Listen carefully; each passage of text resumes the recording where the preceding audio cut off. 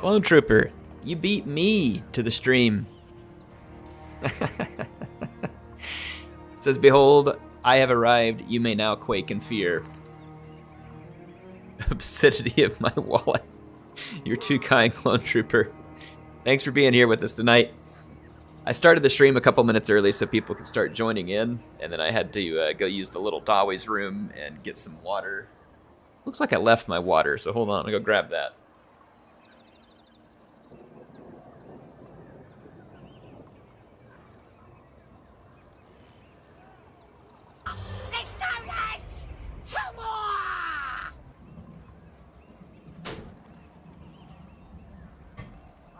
I hear the wah continuing to go off while I went to grab my water.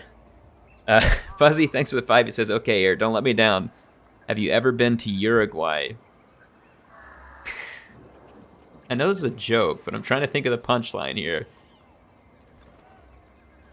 Uruguay. Okay, I don't know.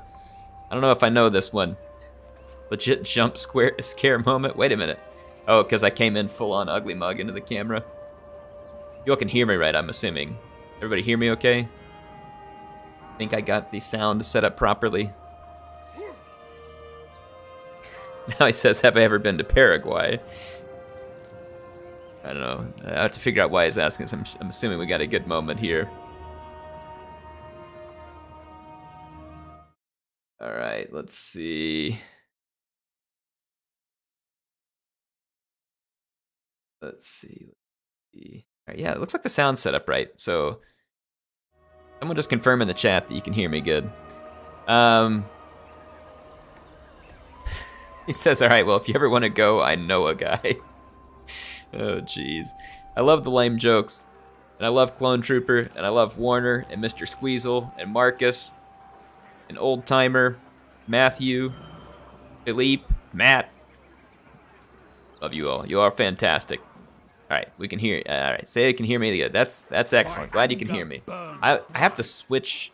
There's sound settings that have to be changed when I'm recording a video versus when I'm streaming video, and one of them has to do with the microphone. And if I forget, then I'll sit here and be talking to myself. And so that's why I always check whenever I start off the stream, because I don't want to be sitting here talking to myself. That'd be pretty ridiculous. Pretty ridiculous indeed. But yeah, anyway, I'm ready to go tonight. I've been waiting for the stream. I got to make an Attila video earlier. I mean, that's so 2016.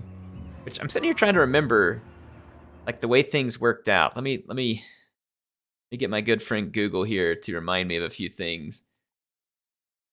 Total War Warhammer launch date. So it launched in May 24th of 2016. And then Total War Attila launch date. That's what I was thinking, because so in May of 16, Warhammer 1 launched, and the last time I recorded an Attila video was part 89, and that was in part 89 was on October 6, 2016, which means that I would have had to have not been recording a fairly new Warhammer game. It's only 6 months old. And I was loving Warhammer, and I recorded the Attila stuff instead. And so yeah, it was good stuff there. Katie's asking if I'm colorblind. No, these are just for blocking out blue light. They're actually prescription glasses, and I got them in the blue light blocking stuff. I think now they make them where they're clear, but they can still block the blue light. But these ones had the yellow tint to them.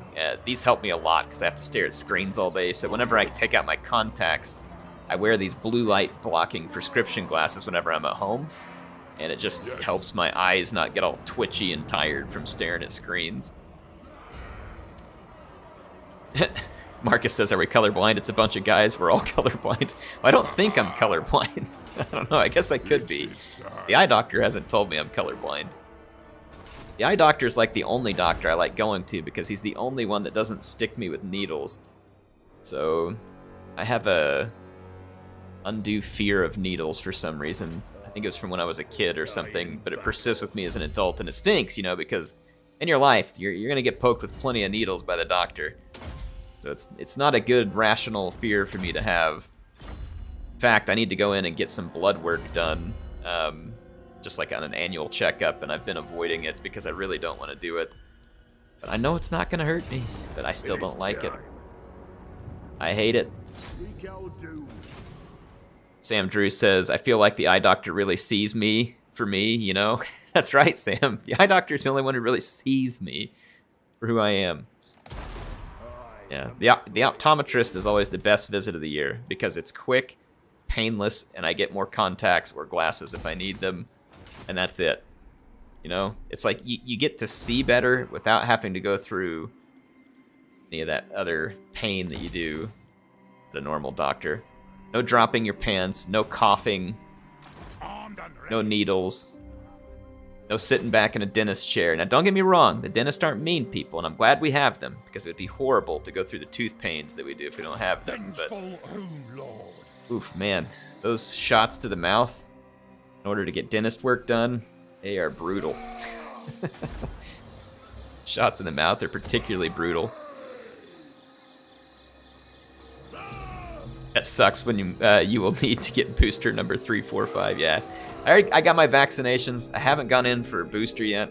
No one requires it of me. And then I was exposed to COVID before I got my vaccine anyway. Like it had already gone through our household, so I had a degree of natural immunity, and I went and got the vaccine. So I haven't been in a hurry to get a booster. I just don't get a lot of colds or anything else like that. But I mean, if I end up really needing to, I will.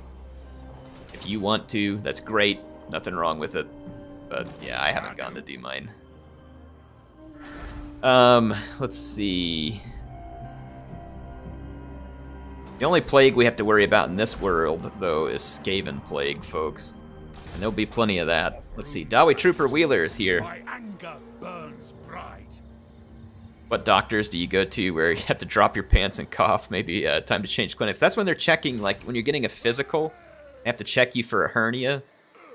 So they have to grab, you know, into the nether regions, and then they make you cough because they're checking for a hernia. Have you never had to get a physical where they check for a hernia? If you know the doctors that don't do that, then, man, I'd be down for that. Clone Trooper says I cannot summon forth my salt horde. Lord of Clan Mork. You're here, Clone Trooper, and you're going to go help me start taking out the Druki over here near Altdorf. I think I want to go fight the Druki. Are there vampires I need to kill for? I don't see any more vampires. I don't see any more vampires. I think we got the vampires. They may be way over here at like Helmgart. I'm gonna take Clone Trooper Wheeler and summon him forth to go punish the Druki and settle the grudges against the Druki. What do you seek? I got that cough test before, hated every moment. Yeah, it's just, you know, it can't be fun for the doctor, and it's not fun for the patient. You know, it's one of those ones that I'm sure that, you know, that both people would rather not have to participate in, but it just kind of is what it is. Like, I'm guessing that's the case. Like, I can't imagine most doctors are like, man, I can't wait to go in and grope a bunch of people and make them cough for a physical debate. Like, there's probably not many doctors who are thinking that way. In fact, I'm sure doctors see a lot of things that they wish they could unsee, but you know, it's just part of the job. It is what it is. Like I said, I hate going to the doctor because I'm afraid of like the needles and stuff, but I'm so glad we have doctors. Like, so glad we have doctors. This world would not be a great place without the kind of medical care that we have. So Damon says, have you played the new Gelt starting location and revamp? Can't find it on YouTube. I did when I played my Empire Guns campaign. So it wasn't a standard Gelt campaign. It was when we were using, well, so I'm using mods from Snek right now in this campaign. So Snek had also made the Guns of the Empire mod. So you can go check that one out. I think it's on my channel. It's called Guns of the Empire. Friends of the Dawi. I think is what it's called. Not joining any wars against the tree people right now. Curry says it was the highlight of high school knowing a nurse was going to That's a letdown when the nurse was about 80 years old. Jesus. Oh man. Alright, Clone Trooper, thanks for the 500 yen. I meant that salt is not working. What? It's not working? Let me try. Here. Is the salt bot not working tonight? I mean, the super chat's working, so Surely the bot is working, because I see the bot there. Maybe it's just not counting out the salt right now. I don't know. I'll fire the bot if it doesn't work, Clone Trooper. We'll fire them. Yeah, I figured a bunch of us ended up going through the embarrassing, you know, physical part because we all had to do it for high school sports. At least here in the US, like, you usually had to go get the physical for high school sports. Saltbox taking annual leave to spend Christmas and New Year with the bot family. That's right, Sam. I guess the bot's on leave. Like, it's working when you put the, like, do the super chat, but I don't know. It's not working for me either. I don't know. Maybe the bot will wake up here soon.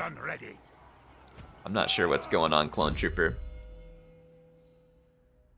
If the salt bot doesn't work and it hurts your feelings, I can gift you another billion salt pennies another night, whenever it is counting.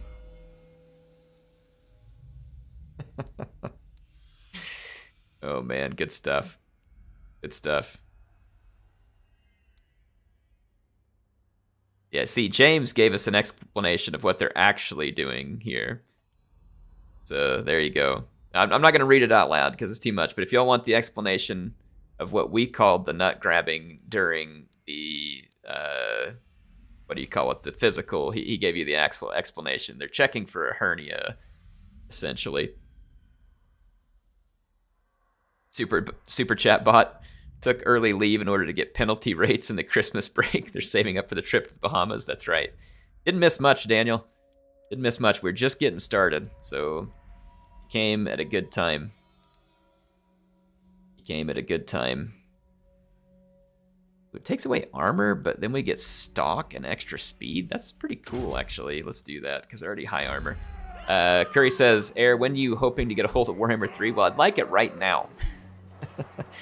We're still, what, it launches February 17. What? I mean, I can't really say, 'cause, you know, we're under NDAs whenever CA gives us stuff. Now, I'm not under any NDA on anything on Warhammer 3 right now. Meaning, like, I don't have early access to the game at the moment. And if I did, I wouldn't be able to say that, so I don't, because I'm saying something. If I had early access, I just wouldn't say anything at all. Like, I wouldn't address it. Like, I wouldn't answer any questions. I wouldn't say anything about it. I don't know when they would get us early access. It releases on the 17th of February. And I'm not going to say how long I get games in advance, because I don't want to, you know, betray anything that CA does for us internally. And CA is really good to all of us creators. First of all, they have, like, dozens and dozens and dozens of creators that they give early access to. It's very, very kind of them. They don't have to do that kind of stuff. They could just pick the big shots, and I'm really not the big shot anymore, right? Back in the day, my channel would have been getting a ton of views, but now I'm kind of a small fish in terms of views. But not that I'm upset. Like, I'm glad people watch the channel. I still feel like we have a whole lot going on, and I love it. But I'm just saying, like, they could totally dump me and spend their time with other people, but they don't, you know, and they have a bunch of small creators too who haven't been around for a long time. CA does a good job, so I don't want to betray any of that, but I mean, typically you wouldn't have early access unless you were within a couple of weeks of the launch of a game, so I'm just speaking generally here, and even that would be very kind for a company to get it to you that early. I would love to get it way earlier than that, but I don't know. It depends on what their marketing plan is, really, right? If their marketing plan involves getting it to us because they want to expose you all to gameplay through us earlier than they have previously, that, you know, it might happen. I don't know. And when you think about their marketing plan, they have been shoveling out Warhammer 3 marketing like it's coming out of a dump truck going down the highway. I mean, they have not held back for a second on Warhammer 3 news. Like, not a thin second have they held out. So it's possible that we could get it earlier than we think, because they may want us to be a part of their marketing campaign, right? They've been marketing to you constantly for months at a breakneck pace, and they may have a desire to get that to you in terms of gameplay from us sooner, because a lot of people do make purchasing decisions on games based on a content creator that they like. They will make a decision on whether or not to buy a game once they see a certain content creator that they like play it, you know, or get a feel for it, or see their review on it. Like, it's a big deal. Like, I mean, people invest quite a lot sometimes into what their favorite content creator thinks. It just depends, right, on what people think. Some people couldn't give a rip what anybody else says about the game, and they'll buy it based on their own. And I'm kind of that way. Like, I'll go watch different people play a game, and if I'm gonna buy a game, I don't really care what the other people say about it or what reviewers say about it. I have to go see it, and then when I see it, I can tell whether it's something I want. So for me, I just appreciate seeing someone else play it. I'll listen to what they have to say, but I don't base all my decision making on what they have to say. So anyway, that's just me. So it just depends on the person. How long before Warhammer released Warhammer 2 did you get the pre-build? I don't remember, and I wouldn't, like I said, I wouldn't want to give you all exact specifics because I don't want to betray that to CA, but just roughly speaking, a couple of weeks out is pretty great. I have had games earlier than 2 weeks out from companies, and it's difficult for them because they're working really hard on a final version, and they're sometimes hesitant to hand you something early because they want people to see it, but if there's anything wrong with it still, then of course they get worried because people see like, this game's crap, I'm not buying it. But I mean, roughly speaking, a couple of weeks. Again, I'm not going to get into exact specifics, and I'm not sure I remember exactly with Warhammer 2 either, but roughly a couple of weeks. But CA has gotten more and more organized. Like, the people they have running their community team right now, like Josh at CA, he does a spectacular job. Like, he keeps stuff so ridiculously organized and does, I mean, he really does a phenomenal job.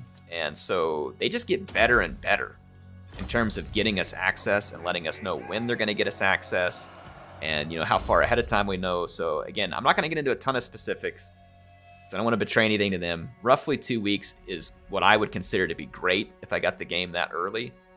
But, they could beat it. They may be behind it. It just depends on what's going on with their studio. They can only get there as quick as they're ready to.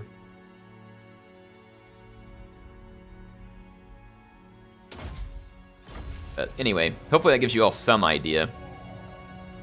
But part of the reason I don't want to ever betray their trust is because they are really good to us as a community, and they share stuff with us sometimes, before they'll share it with anybody else, like game press and stuff like that, and they do it because they trust their pool of content partners, and it's a pretty big group, and that pool of content partners is usually very, very good at not betraying that trust. What do you want?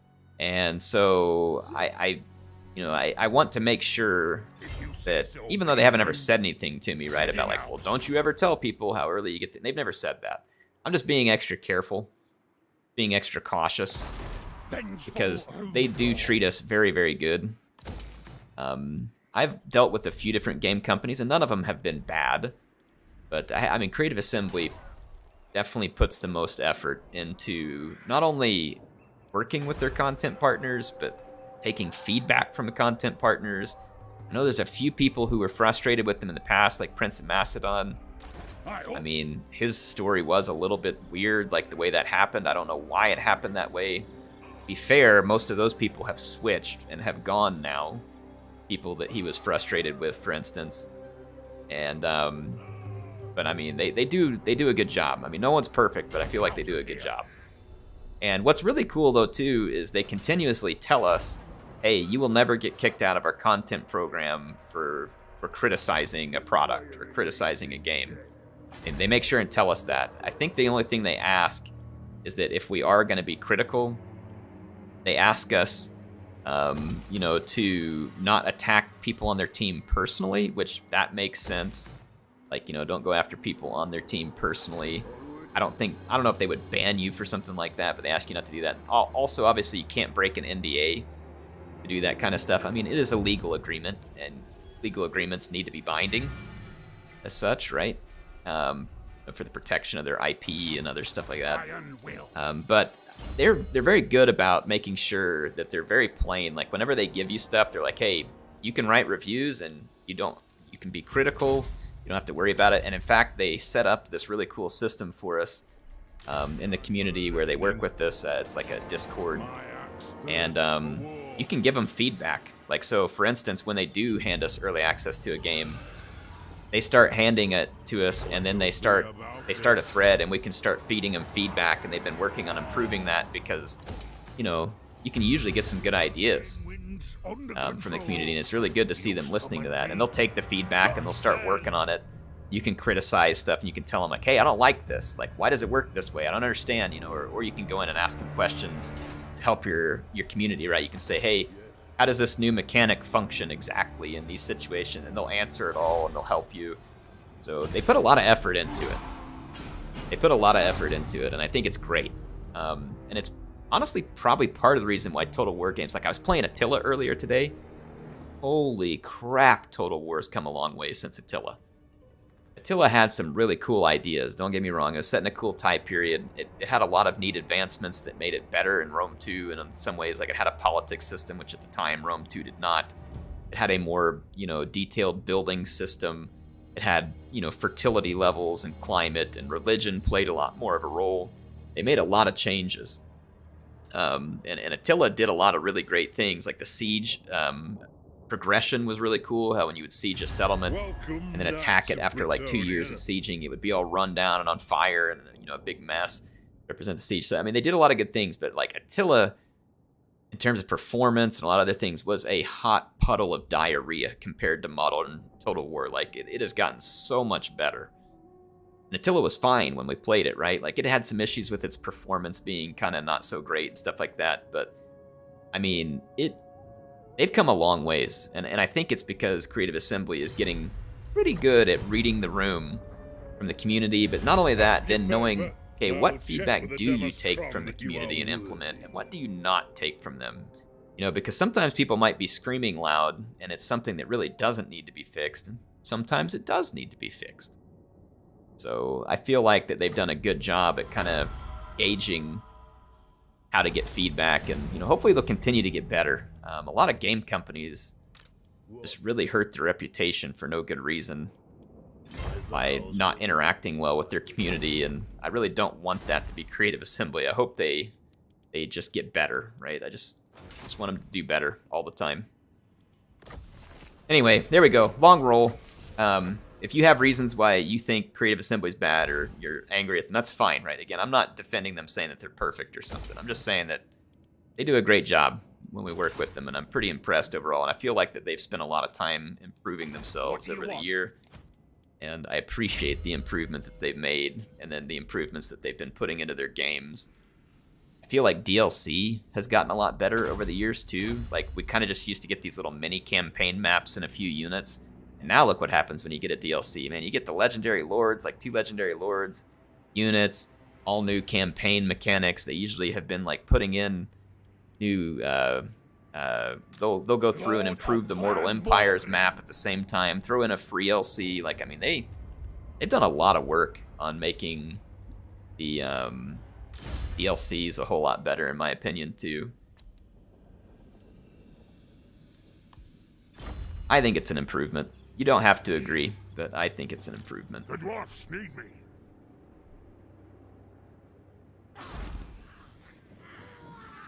Oh, Misty Mountain. Such a weird settlement. I'm ready. Uh-oh, CA Please might get retired. No. We're never retiring CA Please. Have my axe. And they said I can criticize them. And that's like me making fun of my own ugly mug too, right? You know, sometimes you just gotta poke fun, even if it's yourself. So we're never retiring the CA Please. It's always gotta be there. Because, I mean, let's be honest. No matter how good they get at the game, there's always gonna be some CA Please moments, folks. No one's perfect. So the CA Please gets to stick around for eternity because we love it. These Skaven just keep running away from me, and I am never going to catch them. And we're only 2 turns from Stone Mine Tower having appropriate defenses, so honestly, there's not a lot of reason to keep chasing Skaven. Let's go settle Galbaraz or knock the Skaven out of it, one of the two. Rome 2 release will never be forgotten, nor should it, Gregory, nor should it. I think I don't worry about CA the same way that I did right after that Rome 2 release was such a disaster. But Yes. the reason I say you shouldn't forget it Vengeful is not because they haven't learned or gotten better, Warrag. because it should always stand as a reminder to you that marketing isn't always what it seems. I think it's good to be optimistic. I think it's okay to even join a hype train, should you so choose to. But be prepared. Sometimes things are not what they seem. And a lot of times nowadays, like even Halo Infinite's a good example for me. Like, I was super hyped for Halo Infinite because I love Halo. I did not pre-order Halo Infinite. I know that the multiplayer was free, but I didn't pay anything for the multiplayer, like in the shop, because I don't like the way the shops run, so they didn't get any money of mine. And I didn't pre-order the campaign. I waited until the release date, and then bought it after I had seen some footage to feel like, you know, yeah, I think this is gonna be good. Like, so I do that a lot now too. Like, there's sometimes I just won't pre-order a game. Now, a Total War game at this point, I probably would, but I understand if people don't. And the reason why I probably would on a Total War game now is just because they've earned my trust back since then. But some people, once that's been broken, they just don't go back. And that's fine. I get it. I don't hold that against... It says hype trains are overrated. You know what? They probably are. A lot of things you get on a hype train that doesn't materialize, so you're probably right. So... we can't live in a world without salt. That's right, ain't no meeting. Dino says, nope, even CA doesn't like Arch. One developer said openly that Arch is an a-hole. Wasn't that the guy that left? And I think they apologized for it? I don't know. I haven't seen any of Arch's stuff in a long time, but...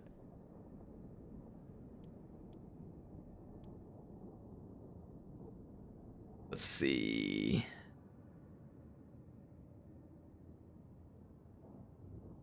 CA made a big F up with Rome 2's release, subsequently did things differently. They did. They screwed up bad.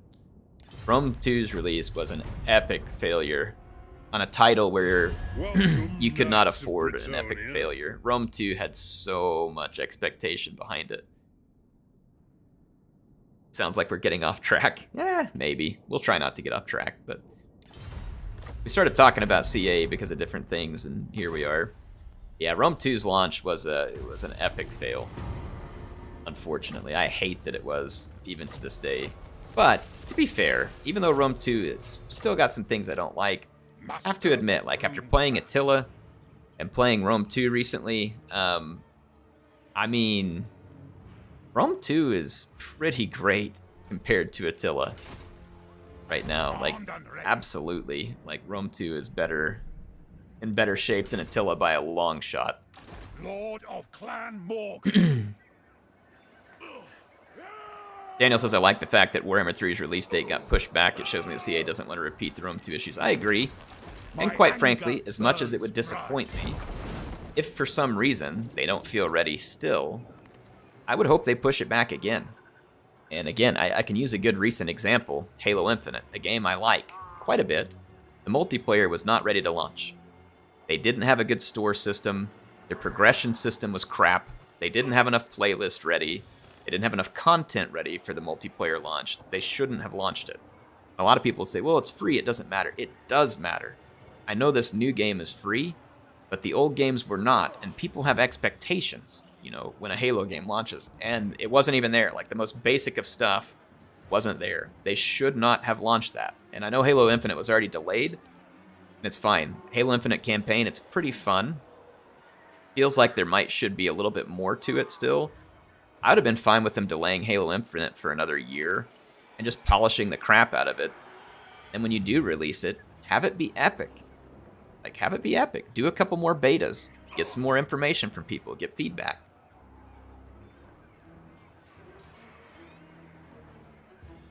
So, I hate seeing games that I am excited for get delayed, but if it's going to make them a better game, by all means. Alright, Gregory says, well, I've got you here. It's been a pleasure watching your videos since Rome 1. Haven't been a consistent viewer recently, but you always have a place in my childhood. Thanks, Gregory. Appreciate you being here. I love the fact that Rome 1 got remastered, and you can play that game in a somewhat modern form all the way here in almost 2022. That's pretty awesome.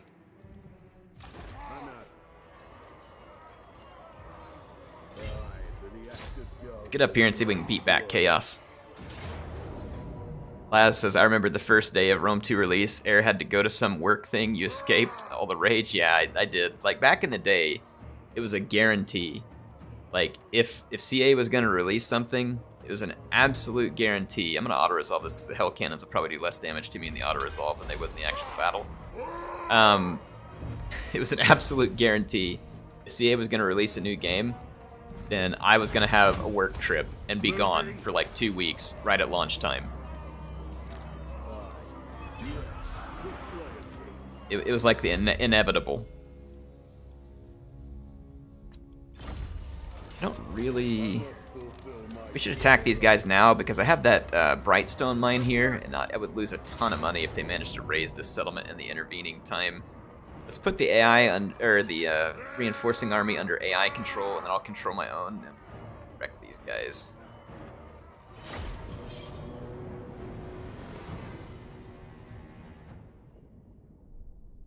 Harry, I appreciate all of your content. I got COVID in November, and you really helped me get through it. Well, hopefully you're feeling better. A lot of people, whether they got COVID or whether they got locked in, like most people kind of had their, you know, at least a wrench thrown in their life at the very least. Some people had their life flipped completely upside down in the last couple of years. And I've had a lot of people say the same thing, like they appreciate the content because of that. And that's good. I'm glad to hear that, you know, whether you enjoy it for that reason or any other reason. I'm just glad that people enjoy it. And I definitely always wanted my content to be a, you know, I know I get salty sometimes, but for the most part, right, I want the content to be positive. I want this a place to be where you all can come to kind of escape the stupidity of the world or whatever's bothering you from the real world. This can be a place you can come, get away from it, and enjoy some good Total War fun or just PC gaming and gaming in general, whatever the heck it is, right? Just come have fun. Relax. We all get enough of the nonsense. Good to take a break sometimes. So glad to hear that. Thank you.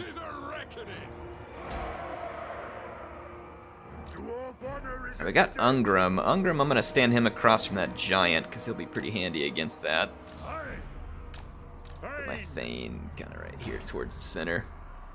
Daniel says, do you think they might remaster any of the other early games? I hope they do, Daniel. I think it'd be really cool, and if Feral Interactive would be willing to do it, they did a good job with Rome 1. I think Medieval 2 would be awesome. Now, just speculating, it's possible that Medieval 2, maybe it doesn't get remastered because maybe they're working on a third one. You know, I don't know. Medieval 3 is probably the most wanted title next to Warhammer 3 ever in Total War history, right? I don't think there's ever been titles that people have wanted more than those titles. And so I don't know, but a remaster of Medieval 2 I think would go over extremely well. And I would love to see him make it. Miguel says dwarves are natural sprinters. Indeed they are. Let's see, get some more comments here. Ain't no meaning.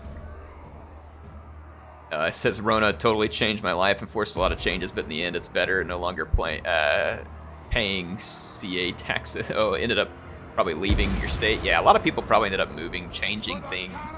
Unfortunately, some people lost family members. Some people's lost their, you know, their job or like their way of life. Like, so I mean, it's hard to not be impacted by it somehow. For the people who were impacted by it the least, you know, were probably just people who ended up getting, you know, locked in their house for long periods of time, which that sucks too. So obviously I'm sure there's people who have had things far worse than me during all this stuff, and I'm just saying almost no one went untouched through this period of time.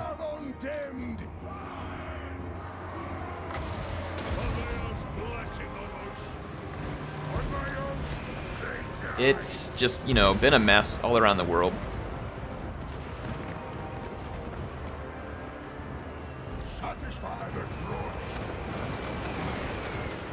There's always plenty of stuff.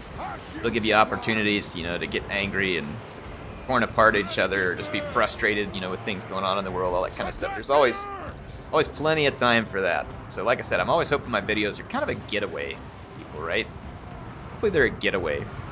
Just come here and have some fun. Don't worry about any of that stuff. Stuff you can't change. Stuff that's gonna happen whether you like it or not.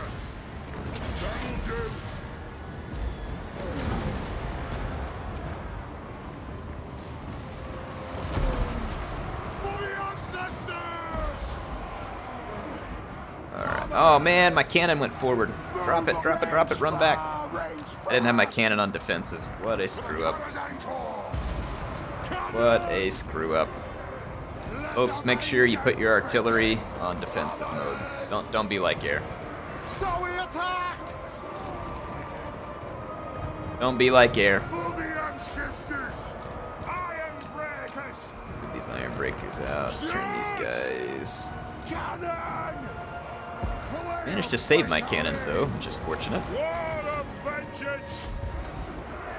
An air moment? Nah, I never have air moments. I'm perfect. I never make mistakes. HeirofCarthage has never made a micro mistake on camera, and no one can prove it. There's certainly not years worth of evidence of such things happening. Slayers! Iron breakers!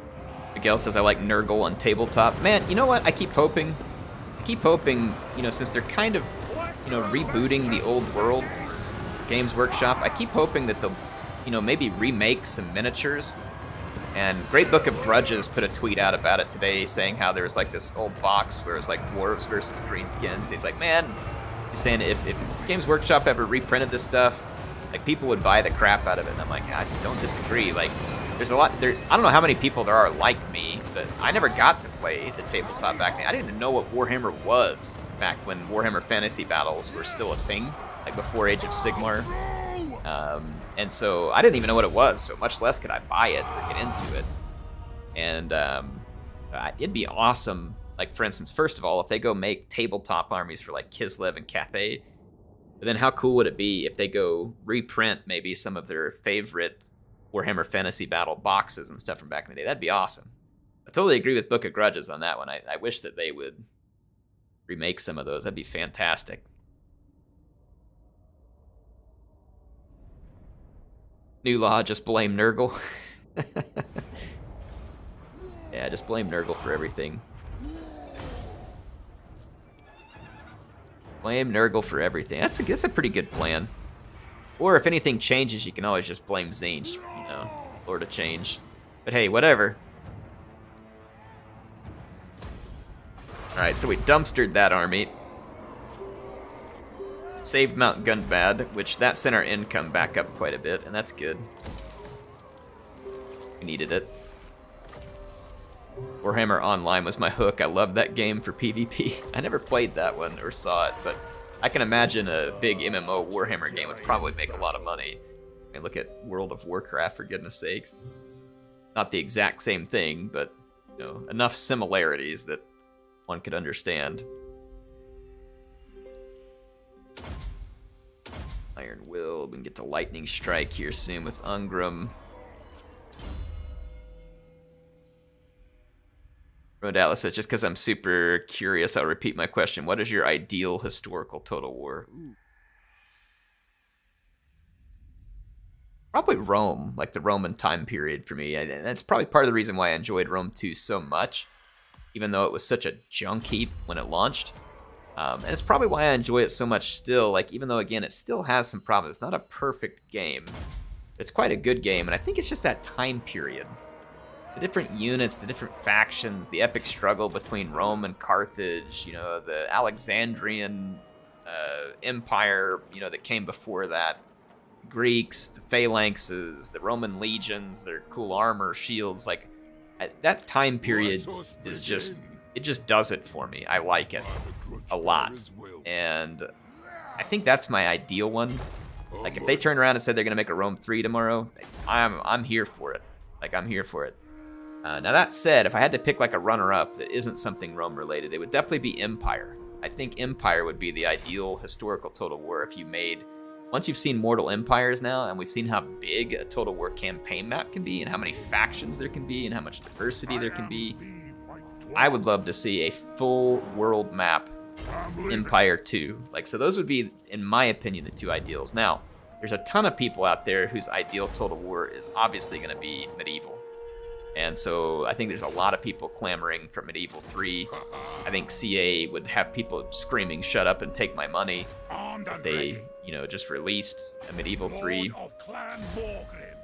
But they're obviously not ready to. I'm assuming there probably is some major historical Total War development going on right now that just hasn't been announced. You know, so we don't know for sure, but I would guess there is. They usually have multiple teams working on things. I don't have to call my... Well, let's do color allies to help. Hopefully no one dumped me. Everybody hated the Druki enough to join me. Ah, look at their crappy garrison at Altdorf. Perfect. Dawi Trooper Wheeler rolls into the Imperial City.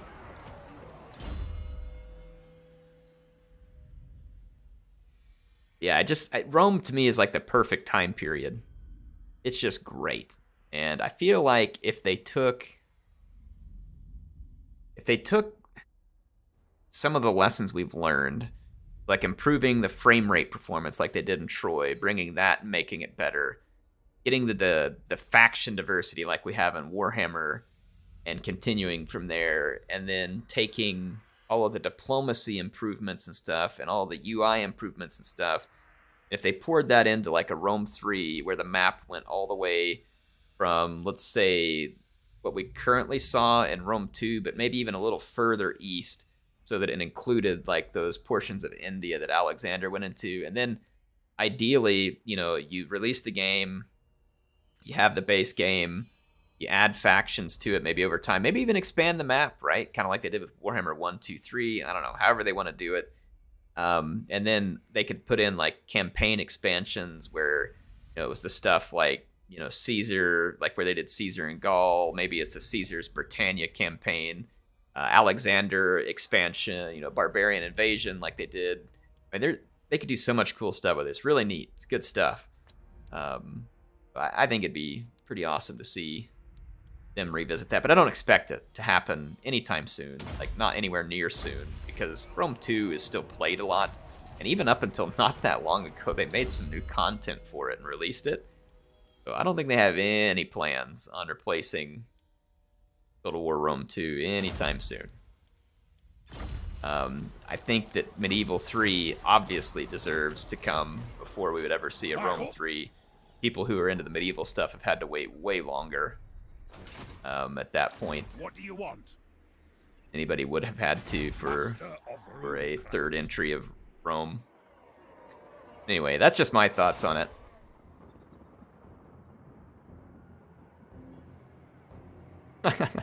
Lazard Lord says, whatever they do with historical game, they'll have people throwing money at them, myself included. I think so.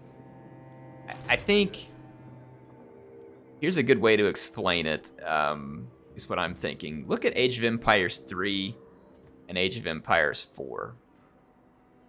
If you look at those two games, the factions in them, yeah, they each share some kind of copy-paste units, you know, most of the time, like spearmen, swordsmen, that kind of stuff. Each faction has a unique gameplay style that is just kind of very loosely based on history. Now, some of you history fans may not want to see a Total War game get that loosely based, but just hear me out for a minute. Let's search the runes since we don't have enough money to do anything about it. I don't have a clue what these answers are anyway, by the way. Whatever, let's guess. Ah, we guessed and won some money. Good job. There we go. What's I gonna say? Moving. But yeah, hear me out on this. The factions need to be super replayable. The way they make their money needs to be different. Their building chains need to be very different. The way that some wouldn't have building chains, some are nomadic and they move along. Their fighting styles need to be very different. So like, for instance, Rome has a lot of heavy infantry, and that's where the focus should be, is on having like really awesome elite heavy infantry. The Arverni, Suebi should be different. Like, so let's think about Suebi.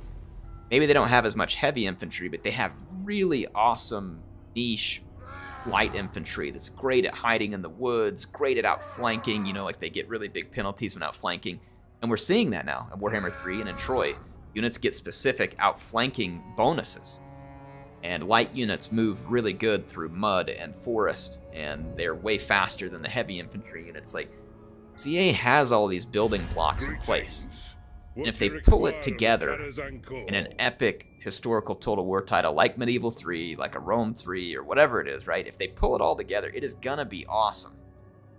I'm telling you, the building blocks are there. Between what you have in Warhammer, what you had in Three Kingdoms and Troy, they've got the building blocks for it. They've got all the right ideas, and of course they can always add to it and make it better. They just need to put it all together in a historical game, and it's gonna knock people's socks off. It's gonna be awesome. It's gonna be absolutely awesome. And it's gonna be great because I think right now there's a lot of people who kind of feel like historical Total War can't ever be as good as fantasy. And I thought that too. I thought that too a while back. But I don't agree anymore. Like now that I've seen, like I said, the things they've been doing in Warhammer 3K and Troy, they put together something right. I don't think that has to be true. I think the historical Total War games can be every bit as exciting as the fantasy ones if they put it together right. So I think if they put all the pieces together, they're gonna hit a grand slam. People are gonna love it. But anyway, that was my thoughts like on the historical one. I feel like they've got to do a ton of work on the making it very rewarding for the player to go out there and play a new faction. They have to be rewarded for it, right? They need a reason to go play every single faction, to experience all the units, to experience all the different, you know, economy types and stuff like that. They have to, and like on Warhammer, that's the case. Like, the Skaven annoy me. I don't really like the Skaven. Like, I wouldn't go out and buy a tabletop Skaven army, but I played their campaigns. Why did I play their campaigns? Well, they put a crazy workshop in there for Ikitclaw, and I got to make warp nukes and all kinds of goofy stuff and like improve my flayers and stuff like that. And it's hilarious. And it gave me a reason to come play it, right? That's what they need to do with historical Total War, and it's gonna make it epic. Give me a reason to come and get invested in every one of those campaigns. I don't like Chaos that much, but I played a Chaos campaign on here, and I plan on playing the Chaos campaigns in Game 3. Why? Well, because I know that CA will make the campaigns worthwhile. Like, I know that it will be different and fun to hit all of them. So that's what I want to see from them in the future historical Total Wars.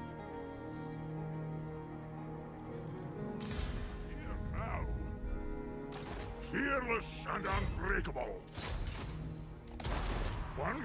Alright, so I'm gonna get in and take over management of some of these territories.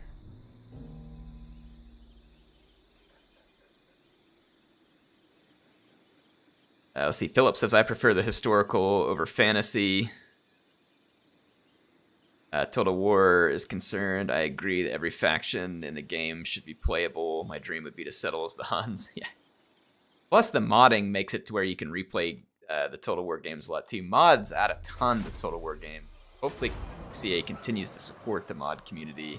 Even like right now, we're playing with mods. It adds to the replayability even further. It's like I come and play the base game a whole bunch, and then there's a ton of mods, and I can come back and enjoy the game all over again. I feel like that's another reason why Total War games can be so successful. You got to support those mods.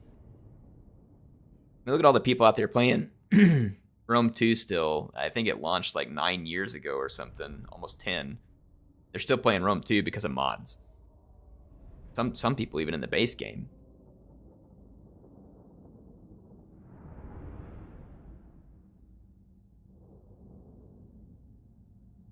So lots of good stuff.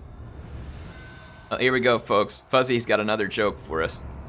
He says, hey, Air, what is the Dawi's favorite horror film? Let's go, lads! Some more!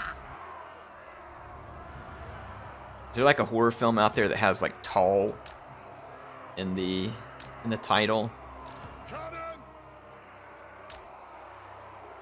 Horror film where they run out of dwarf beer. I'm trying to think of the dwarf horror film here. Oh, it's The Grudge. All right, it was easier than I was making it. Thanks, Fuzzy. Appreciate the vibe. All right, The Grudge is the dwarf's favorite horror film.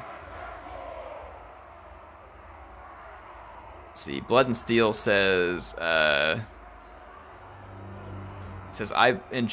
like both historical and Warhammer, but Warhammer has a kind of unfair advantage due to the diversity of the factions and the fact that it's essentially the first official whole world game we get. Yep, it does have that unfair advantage right now. I agree with you, and it's a big advantage, and it makes a big difference in terms of people's interest in playing the game. But I think that advantage can be minimized and equalized, like I said, if they do some of the things I was talking about earlier with the historical Total Wars. But I would agree with you. I do think Warhammer has an unfair advantage right now over the historical Total Wars. It changed the way that CA approached their games, and I think it's gonna necessitate even more change over time. But in any case, it is what it is. I want to protect this flank. So I could put this unit over here. Yeah, I think the historical games can make that up. I think they can do it, and I think they can compete head to head. Make sure and put my cannons on defensive formation this time. Learned that lesson the hard way last time.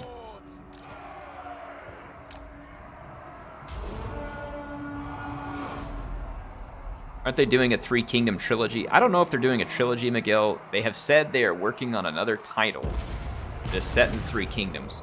They haven't said what that is. We don't know if it is some kind of historical game. We don't know if it is some kind of we don't know if it's a historical game, a fantasy game. We don't even know if it's a Total War formatted game. Right? It may not even be their typical Total War title. We don't know. They have not given us any indication. So it could be some kind of trilogy for Three Kingdoms. The way that we knew it, it may not be. I don't think we know. Nothing can stop us.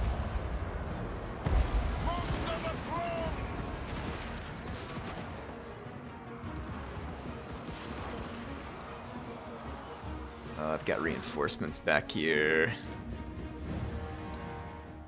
Should have put these under AI control. I didn't realize these are going to have reinforcements.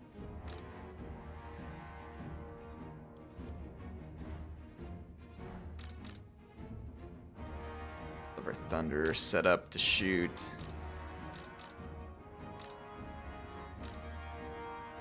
Line behind them of infantry reset here.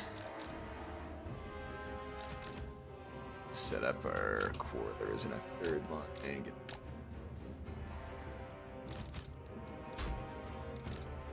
Alright, there we go. Let's go continue owning vampires.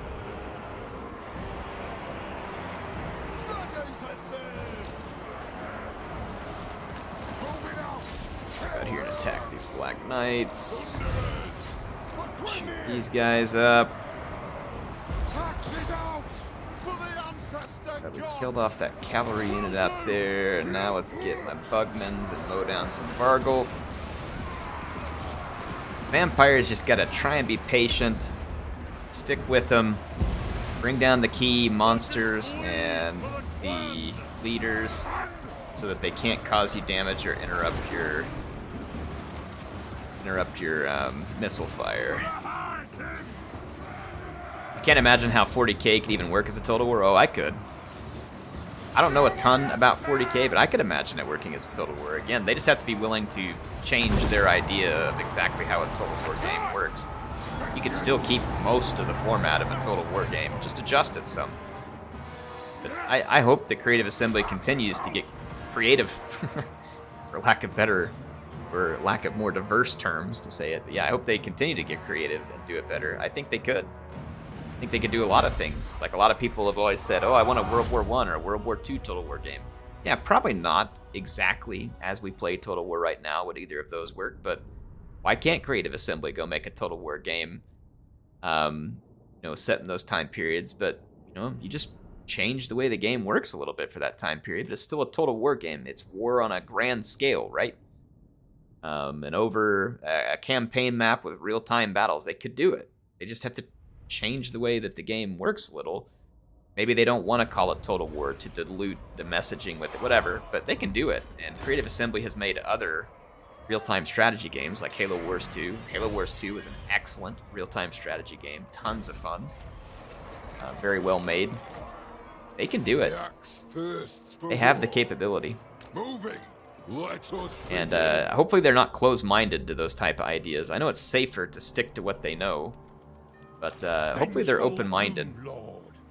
What is this They could do a lot of really neat stuff. My anger burns bright. They stay open-minded.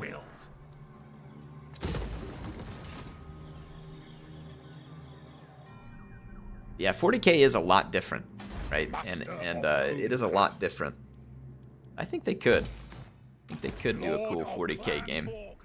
And honestly, Games Workshop would probably be very happy to give Creative Assembly the IP to do a 40K game, because probably very happy with all the money that Creative Assembly has made them off of their old Warhammer Fantasy Battle IP with all of these.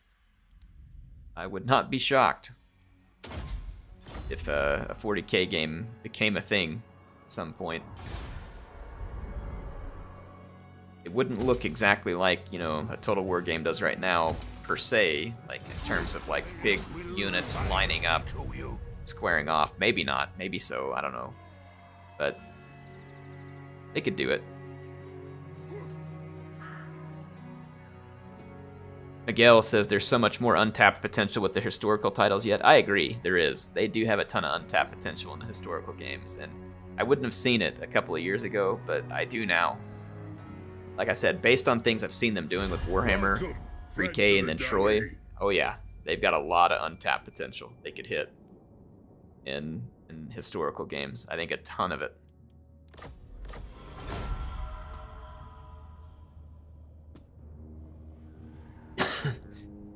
Lazardor says the 40K license has been in some shady hands. Yeah, so is Star Wars. It sat in EA's hands for all those years. Fortunately, sometimes some good IP goes into some not so great hands. All here are honored dwarfkin. Would it be systems as opposed to planets? Well, they could take a few different routes, I think, Rundatless. I think they could take a few different routes. Now, what I think would be really cool is if you had some kind of like galaxy map. And you had a galaxy map for Warhammer 40K game, I'm just saying. You have a galaxy map, not like a whole galaxy, maybe even just like a sector, right? A sector. And there's multiple systems. And you can move ships from system to system. And each planet, you know, maybe represents kind of more like a settlement, right? And then you have space forces and land forces, and you can have space battles and land battles, much in the way that we had naval battles in old Total Wars and land battles. And they would have to work on the land battles a little, because I don't know exactly how the combat works in 40K. I know that that universe is kind of on a massive scale, but I don't know if they just line up huge armies across from each other. Is it more, you know, like small group style, whatever. They could tailor the land battles to it, but think how cool it'd be moving between sectors with ships, fleet battles in space, maybe something kind of like Battlefleet Gothic. You know, obviously they'd have to do their own thing so they don't get sued by the game that made Battlefleet Gothic. But imagine those epic space battles, vying for dominance so that you can make troop landings and then going in for fighting on the ground. It'd be something like we saw with like Star Wars Empire at War, right? Where they had fleet, like space and land battles. I think something like that would be absolutely epic for 40K. And you would have to do it on like a larger level, like a sector or something, because that way you could move from, you know, sector to, or system to system and planets to planets. It'd be really neat. Sam says, unfortunately, I don't think we'll get space and land in the same, as Battlefleet Gothic's IP includes all of the spaceships. Yep, I know. That would be the unfortunate thing. Kind of like how we didn't get Dreadfleet stuff into the Warhammer Fantasy Battle game here, unfortunately. I would have loved to have seen Dreadfleet get included for naval battles in this game.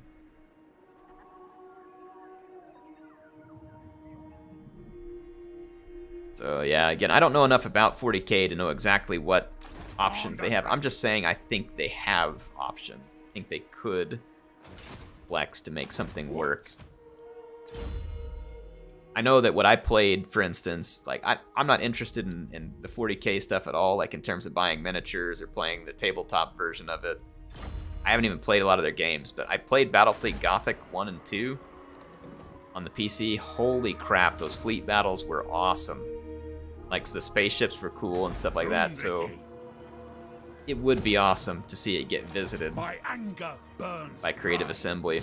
Vengeful Rune Lord. In fact, Battlefleet Gothic 2 is one of those games that it's so good and I like it and it has so much potential and they just quit and like they quit supporting it. Oh my gosh, it would have been such a smash hit if they just would have finished, like adding some more content to it and making a few tweaks to balancing and stuff. Like, it is such a good game and they left it short and it drives me crazy. Oh, so close. So close. I still like it and I can still play it, but like some part of me gets frustrated and I don't play it a ton because it's just like they were so close to making such an epic gem. They just fell short. Pale says, hello, Air. Nothing to do with Warhammer, but how do you deal with something that makes you angry? Well, when I'm in the right state of mind versus the wrong state of mind. So two different ways to approach it here. When I'm in the right state of mind, I always try to give myself time and room to calm down first before I try and deal with whatever it is. Because when you're trying to deal with something when you're angry, inevitably you're going to make mistakes. And especially if it's like dealing with, say, you know, a loved one or something who's made you angry. You definitely don't want to deal with that while you're still angry because you'll probably end up saying or doing things that you'll regret for a very long time to come. And that's never good, right? Like with family. But I would say that sometimes the best thing you do is give yourself some space. Go get busy on something for a while. If you have this luxury, right? You may not always have this luxury, but if you have the luxury, go get yourself busy on something else for a while. And once you've spent some time doing something else, you've given your brain some time to calm down, think about something else, work on something else, usually you can come back and make much more intelligent judgments at that point because you've spent some time cooling off first. So that's the way I would prefer to deal with things. And it kind of just depends. Like, if I get angry at my kids, for instance, I'm pretty good about being able to calm myself down pretty quick. And if I do get a little bit hot, you know, I'll apologize quickly and, you know, make it better because I don't want them, you know, to pick up a bad temper from me. Like, so I'm usually pretty good at dealing with it with my kids. There's other things that make me angry, like tech that isn't working right, like my computer's not working right or something like that. I just get angry and it's, I don't know, I lose it. I guess at that point it's okay because it's an inanimate object. But I do get really angry sometimes at stuff like that. Yeah, I try to cool off anytime I'm angry at something. Just like gives me time to think it through. Yeah, if you get the chance, try that. You don't always get to get a shot at it, but anyway, that's my thoughts. Kind of random, but there you go. Regina says, yeah, Battlefleet Gothic was such a waste. They did the same thing for 1, too, but I thought it was because they were working on 2. Nope, they just abandoned it. Yeah, I know. It kills me, Regina. That game was so close to being an absolute masterpiece. Just ended up being a bunch of wasted potential, unfortunately.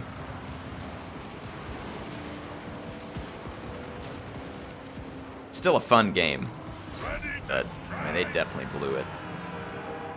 They definitely blew it.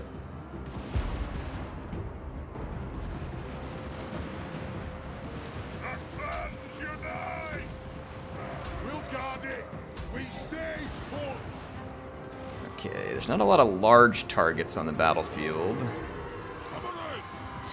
Honestly, it kind of sucks for us a little because our Mountaineers won't be able to hit their full potential.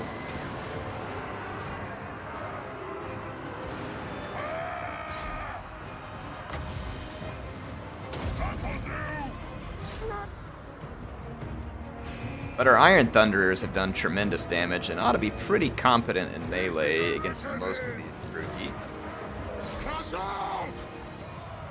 Attack! I'm gonna try and hit their Dark Shards with some of my other ranged units. I'm gonna hold my Slayers in reserve. I think as a dwarf, you should always have a good reserve line. I'll do it!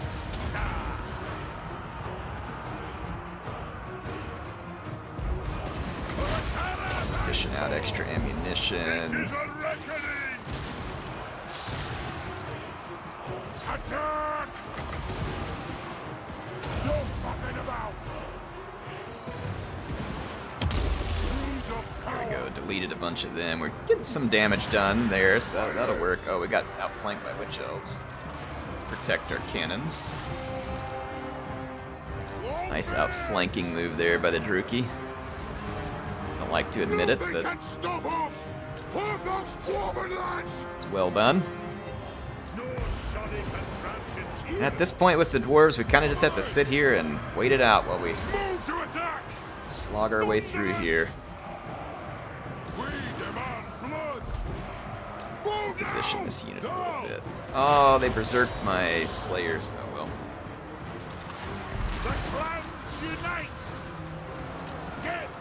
Oh no, let's leave that guy in that fight. I was thinking about pulling him out of it. Let's pull this unit up alongside this fight and start shooting them in the flank. Berserked some of my units here too. Alright, we got rid of their leader. That's great. Looks like we've got them just about chain routed. They didn't have a lot of armor piercing capability in their army here, and they're paying a pretty dear price for it. This is going to be a point-blank execution by my Iron Thunderers into the side of these Dread Spears. That is beautiful.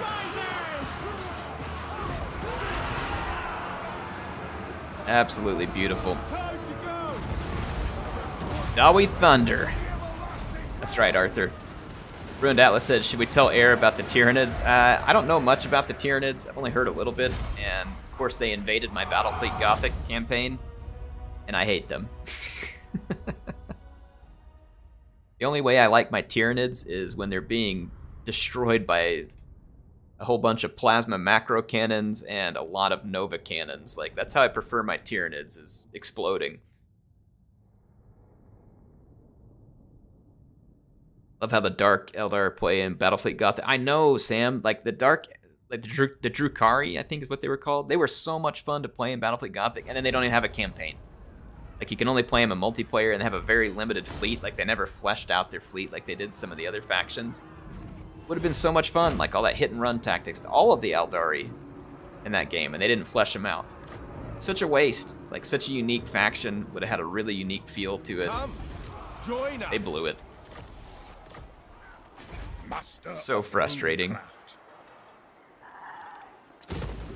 No reason to blow it, but they did. Tyranids should always be a surprise. They were a surprise, and they were a very unpleasant surprise.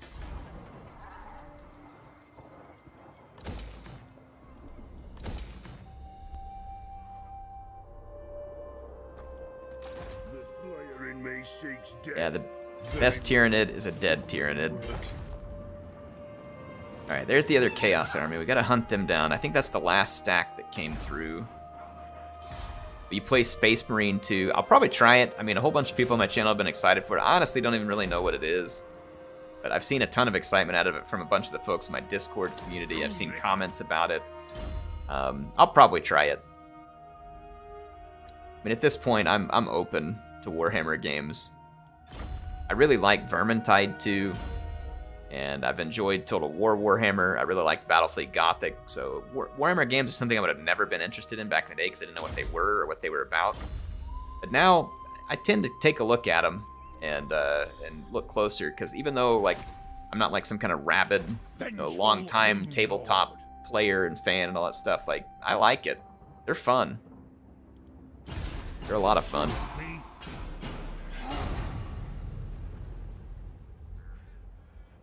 Miguel, thanks for joining us for a while tonight. It's great to have you. We're having a good conversation tonight. Very active conversation. People talking here. I like it. I like having fun topics to cover with you all.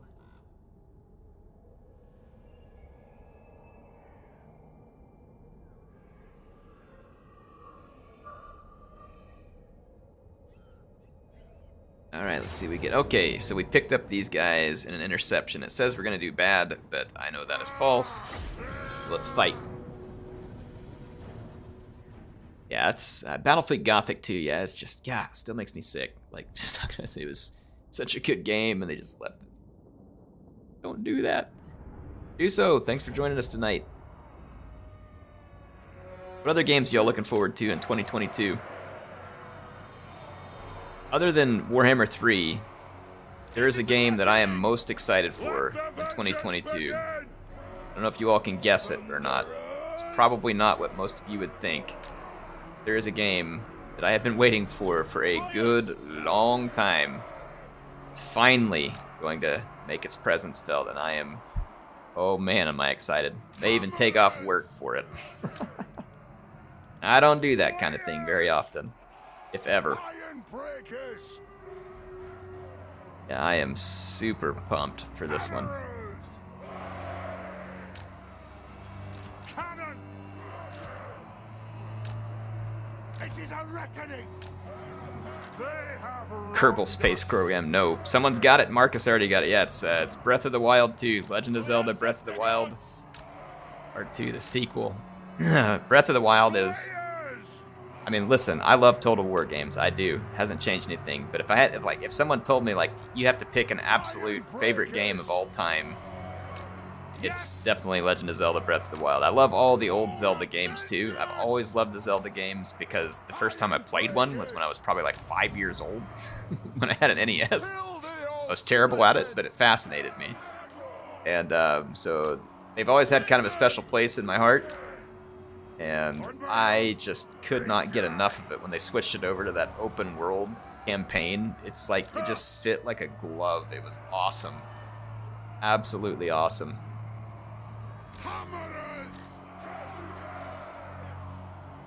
So I'm super excited for a sequel to Breath of the Wild. It's going to be absolutely awesome. Nintendo tends to do very well. Like, they take forever to release their main title games, but they are usually excellent to release it. I'm very excited because they've had a long time. They've been developing it. Should be good. We'll see. Yeah, I'm excited to see how they improve on it as well, because the first one was stellar.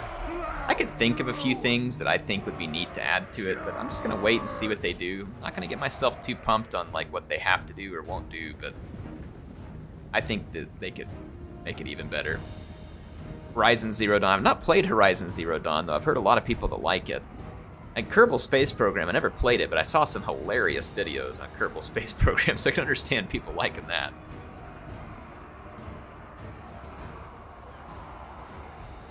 Sam Drew says, I really want there to be another Battletech game. I barely played the board game.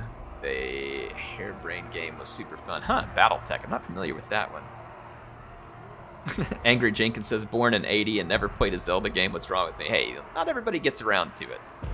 Nothing wrong with you. Ruined Atlas, thanks for the 5. He says, well, Mighty Chief, gotta hop off. Showing the in-laws Lord of the Rings for the first time. It's gonna be great. Oh my gosh, yeah, it will. That's probably one of the greatest. You know, I would have said Star Wars was up there in movies, but I kind of think Lord of the Rings is up there in terms of best movies. There's a lot of books out there, so it's hard to say whatever is the best book. But their books were pretty awesome as well. So that is going to be awesome. Enjoy it. I need to rewatch The Lord of the Rings sometime soon as well. Such a fantastic set of movies.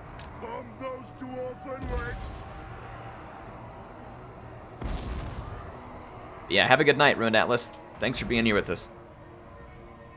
Thank you, everybody who's joined me as well. It's been an absolutely awesome stream. I love just talking to you all here. It's been very enjoyable.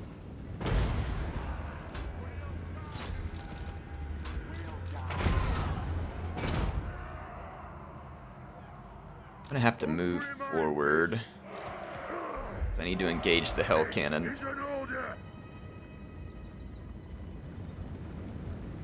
My cannons were not in range of the Hell Cannon. Alright. Now we're in range, and we already hurt it very badly. Oh, I love Iron Thunderers and Get Hammers. Look at this. Just look at this beautiful battlefield. Oh, Snek, you've done it again. You amazing person. Look at this. Makes me want to weep tears of joy. Boy, Snek has done some mods that I absolutely love.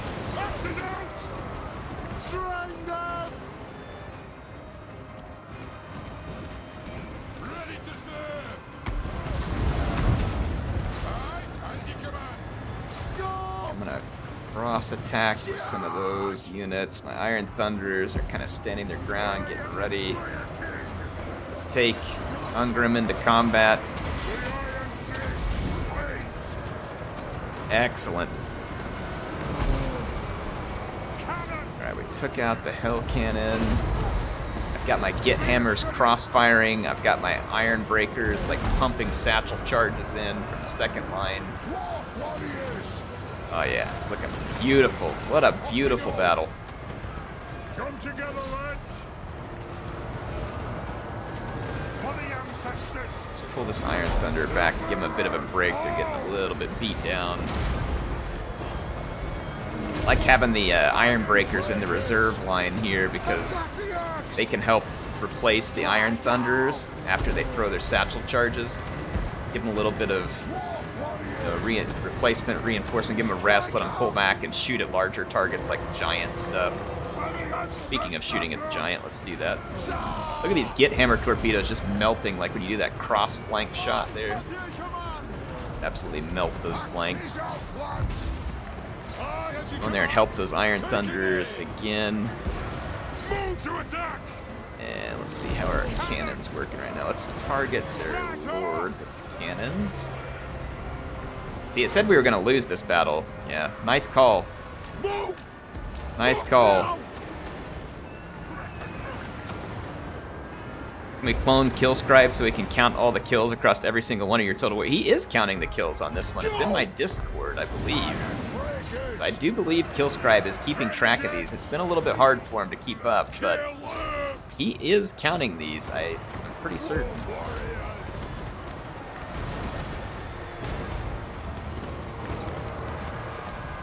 Alright, there is some tough infantry here that we're having to cut through. But I think we've got them on the run now. Our Get Hammer torpedoes kind of help clean up those flanks. The Iron Breakers came in as reinforcements after the Chaos Warriors got all tired and worn down.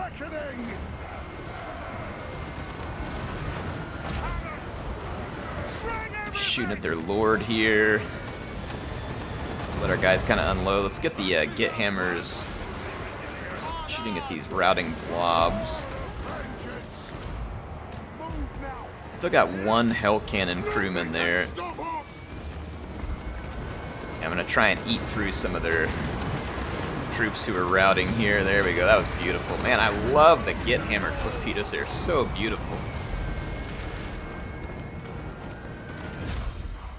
Another game that looks great is Homeworld 3. Oh yeah, I love the Homeworld series. I played Homeworld 1 and 2. I even have a playthrough of both of them on my channel if you ever want to go watch them. Homeworld is one of the best strategy games of all time, and I'm super excited for Game 3. Like, the minute they put that up, like that you could go fund them on Kickstarter, I went in and I'm like, here, you're funded. That game got funded so fast by fans on Kickstarter, so they have a lot to live up to because people did go out and fund them. But I imagine it's going to be good. I'm super excited for Homeworld 3, and that will definitely be getting visited on my channel. Absolutely. Absolutely.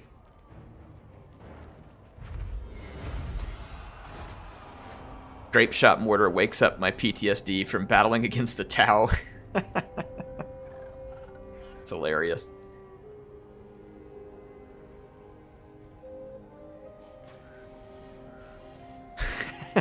Sam Drew says tired and worn down is an interesting way of saying shot to itty bitty bits.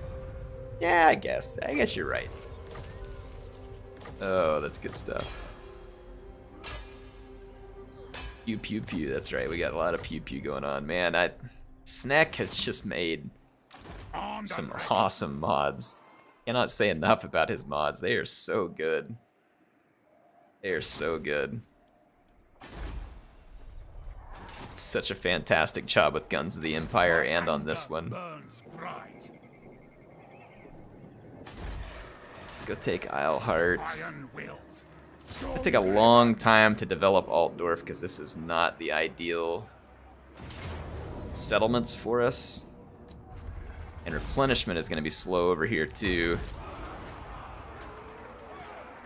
Lazard Lord says, I played them recently and was looking for a mission.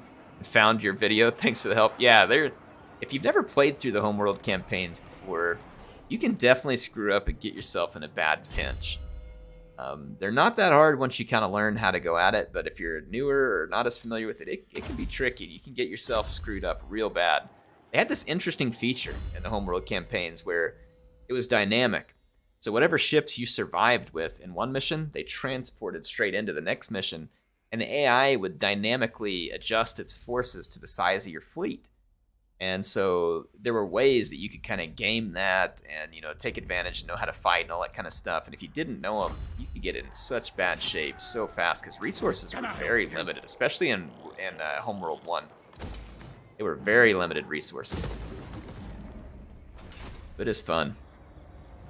Callum says, I bought a new PC to play Warhammer 2. Well, congrats. And that's exciting news. He says, and was wondering which faction to play as first and any tips. I think a good faction to start with, in my opinion, is Tyrion's faction. What do they call it? Etienne or whatever now. How do you pronounce that? I don't know how to pronounce it. Tyrion is probably one of the easiest legendary lords to start with. The High Elves get a pretty safe start position on Ulthuan, surrounded by a lot of friendlies. You do get to fight a lot of vampire counts early on, which will be a lot of fighting. And then, of course, Grom starts in that area as well. So you'll have some greenskins and vampire coasts, sorry, not counts, to fight early on. And then sometimes you'll run into some Druki fairly early, too. Eatane? Eatane? Okay. However you say that. Thank you, Sam, for trying to help me out there. Eatane? Is that it? Eatane? Anyway, I wish I knew it. Starman, thanks for the 20. Thanks for dropping by tonight. You're far too kind. Thank you so much. Appreciate you, Starman. Speaking of, let's get Starman here in the army. It's gonna be Starman, the Iron Thane. Thanks, Starman. Appreciate you. But yeah, I think High Elves are a good one to start with. Their economy is pretty straightforward. Got a decent mix of troops. They've got a lot of magic. I think they're a good faction to start with. There's lots of factions you can start with, but I personally think that that's a good place to start. If you really don't like them and you're like, ah man, I was hoping he wouldn't say High Elves, let me know and I'll try and think of another faction. Yatane, okay. That's apparently how it is pronounced. Master of Runecraft. Thanks again, Starman. Appreciate you. You're fantastic. You're a long time. I must fulfill my Slayer oath. Pray I meet with Grimnir. All right.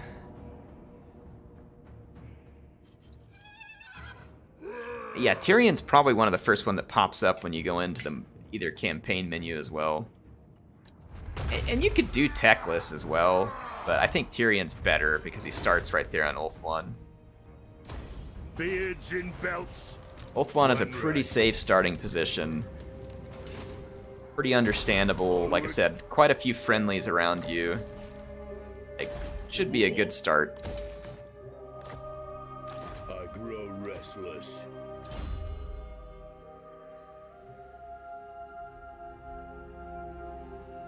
Let's see. Oh, we can get Lightning Strike finally with Ungram. That's good news. We'll want that for the Chaos Invasions. Get Moonmaker here. Who plays tutorial? I mean, none of us do most of the time, but we totally should. Because it's pretty handy. Not. Hope it helps, Callum. Congrats on getting the new computer, and I hope you have a lot of fun. What? Warhammer 2 is a lot of fun. Warhammer 3 is on the way. got a lot of fun in front of you. Warhammer 2, like if you've not ever played Warhammer 2, like this is your first time to get it and start playing it on a computer, like, you got a lot of fun ahead of you. Clan Morgrim. There's a considerable amount of content for you to enjoy. I suppose so. My anger burns bright. Vengeful Rune Lord. Are they being sieged? Yeah, it is under siege by Throg. I ain't gonna stand for that, you big ugly troll. The dwarves have come. I hope they have brought a few barrels of Bugmans with them. I will. I do have some Bugmans. Alright, Toddbringer. Let's have a glass of Bugmans and kill some trolls. Lord of Clan Morgrim. By the Dammer's Cron. Tuso said, I just saw the game show, the one you were talking about. It looks good. I might buy it. Yeah, Homeworld 3 is going to be a lot of fun. Obviously, it's usually safest to wait for reviews. I haven't made a Homeworld game in a very long time. First two were great, and if you want to get a feel for it, like, so let's say, for instance, you think you might like Homeworld 3. Tuso, go and watch Steam. And whenever they have a Steam sale on the Homeworld Remastered collection, grab it. Because it has Homeworld 1 and Homeworld 2 remastered. They remastered the games. They're on Steam. Playable on modern machines. They are super fun. It'll give you a good opportunity to get introduced. AI control. Of course they're going to be AI controlled. I'm not controlling them, right? Why is it asking me about AI control? It's not even my army. Fight in the battle. But yeah, watch Steam sales for a Homeworld Remastered. Pick it up on sale. It'll totally be worth it. Really fun strategy games. Like, really cool 3D space combat, interesting tactics that are available to you, lots of cool different ships and stuff like that. So yeah, it's good stuff.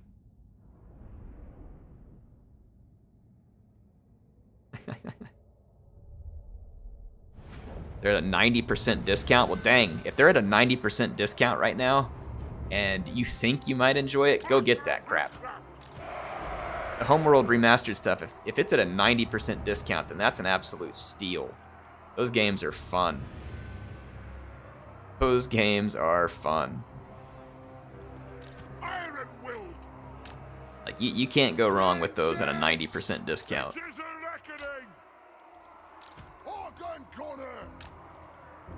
Cannon.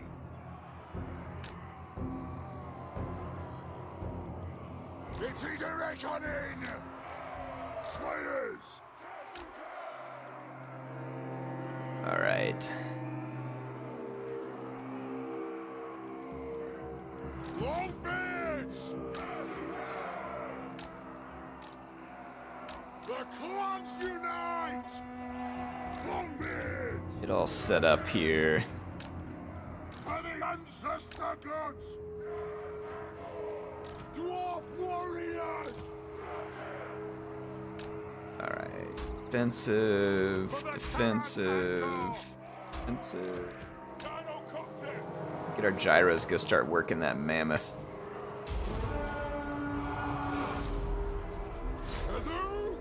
Vengeance. Plow through. They're pulling away from me, but I'm gonna open up with the cannons and get their attention. That's not just any mammoth, that's a War Shrine mammoth too. But luckily it's not Soul Crusher. Sins of a Solar Empire. I've never played Sins of a Solar Empire. I've looked at it and thought about it multiple times, but haven't ever done it. Same thing with Stellaris. I've really wanted to try both of those games, but I've just never had the time to actually try it. What do you all think? Thanks for subbing, Gear. Appreciate you. Are there any other games that are like Total War and having real-time battle and turn? No, I've never seen anything like Total War in terms of having the real-time battles mixed with turn-based campaign map. You've got really good turn-paced grand strategy in like Crusader Kingdoms and Hearts of Iron, all that kind of stuff from Paradox. But it doesn't involve any real-time strategy. And then of course there's a lot of really good real-time strategy games, but they don't have a turn-based campaign map. You got other really good turn-based campaign stuff like Civ and other stuff. So I've never seen one that's like Total War where it kind of combines some of the elements of both. It's definitely unique. Boy, that mammoth is getting absolutely hosed. Take your war shrine back to Norska. I don't know about a war shrine, but it's certainly an outhouse. Get wrecked.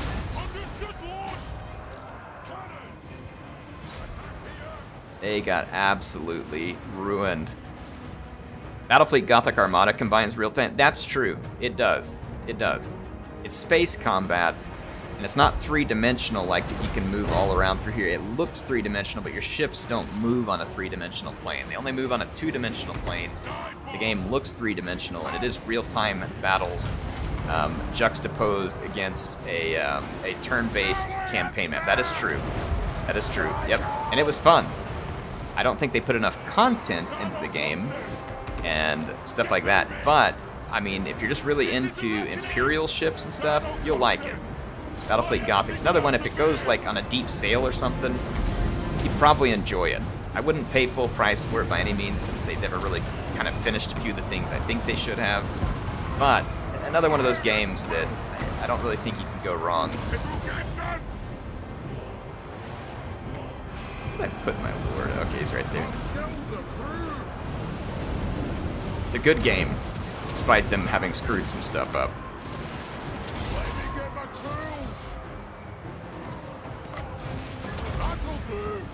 Cinder shot that guy. Alright, we took Throg out of the fight. Imagine Battlefleet Gothic with 3D movement, Tyranids ambushing from all directions. Ah, man, the Tyranids would be even more terrifying at that point. They're horrifyingly disgusting. Like I said, the best Tyranid is one that's getting absolutely filled full of plasma and Nova cannons. That's like that's the only time I like Tyranids. And even then they're annoying because they blow up into all that acid crap. Your ship gets all beat up and slowed down from going through them. They're like the Skaven of space, except more annoying. And that's saying something, because Skaven are pretty annoying. Jack says most 40K games aren't worth full price. Games Workshop's way too lenient with their IP. I could see that, you know. Unfortunately, that's the case with a lot of things. Like, people are a little too lenient with the IP. I feel like Creative Assembly has done some huge favors for Games Workshop in terms of treating their IP well. Like, I mean, I can't imagine what it would be like, for instance, to have been a tabletop Warhammer Fantasy Battle player for years and years, and then all of a sudden getting to see the trailer for Total War Warhammer. I would have just been like jaw dropped on the floor, gobsmacked.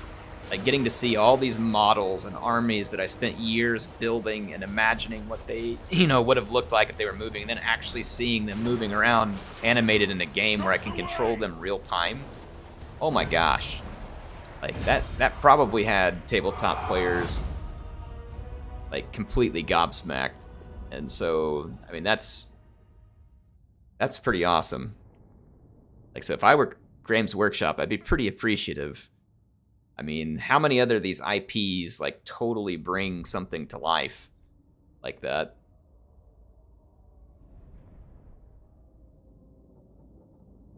So, I mean, that'd be pretty insane. So I understand why people like the minis and playing the tabletop game. And if you did like that, then I have to imagine that seeing it brought to life in a PC game like this has got to be absolutely amazing.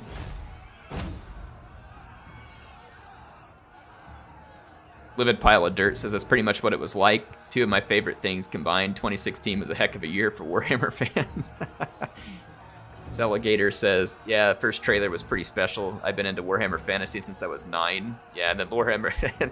Lucas says, just watching Lore Master Sotek's videos is tabletop hype for Total War is infectious. Yeah, I know he loved it. I got to talk to him once when we were doing some speculating about the Vampire Coast. I know how much he loves tabletop stuff. So I love Total War Warhammer, but like I said, it had to be even more cool for someone who was a big fan of tabletop for all those years. And if you were a huge fan of both, then, it's even that much crazier that they came together like that.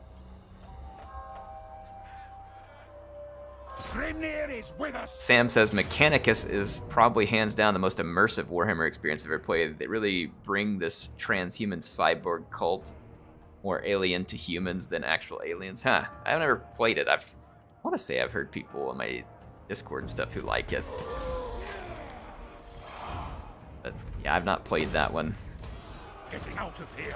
Alright, well, you're welcome, Toddy. You can thank me later, or now, you know, whatever works. Thank me with gold. Send some bugmans. You pay the bill.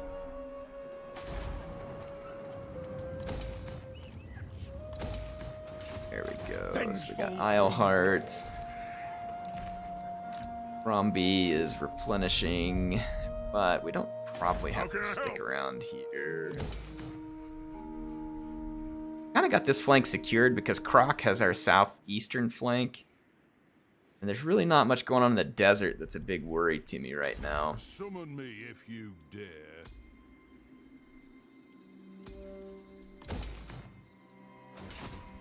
So these armies don't have too much more to do other than try and figure out where these filthy Skaven are coming from and put an end to it once and for all.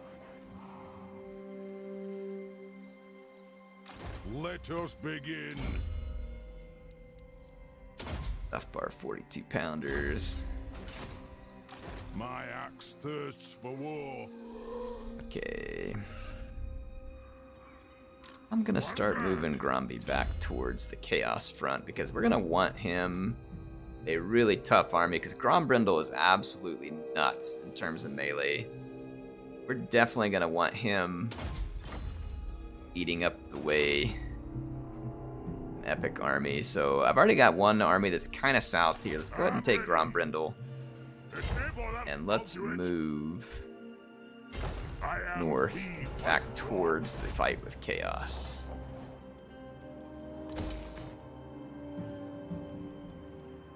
Alright, some more. Okay. Kind of doing some scouting up here, just taking a peek where the Chaos stacks spawn. Ollie.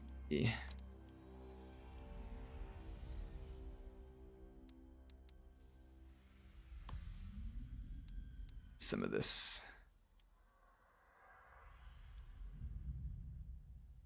Let's actually work on High King's Authority. It's relatively short. It should be good.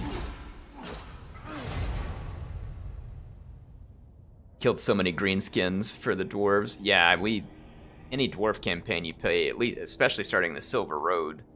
Oh my gosh, you gotta kill a lot of greenskins these days. Don't get me wrong, it's fun. I want them to change it. But man, you gotta kill a lot of greenskins.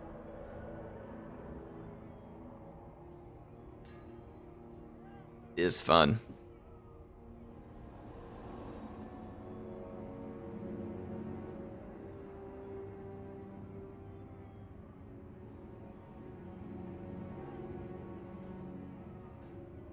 Let's see here. And the time. Yep, I've still got a little bit. I got about 20 minutes left.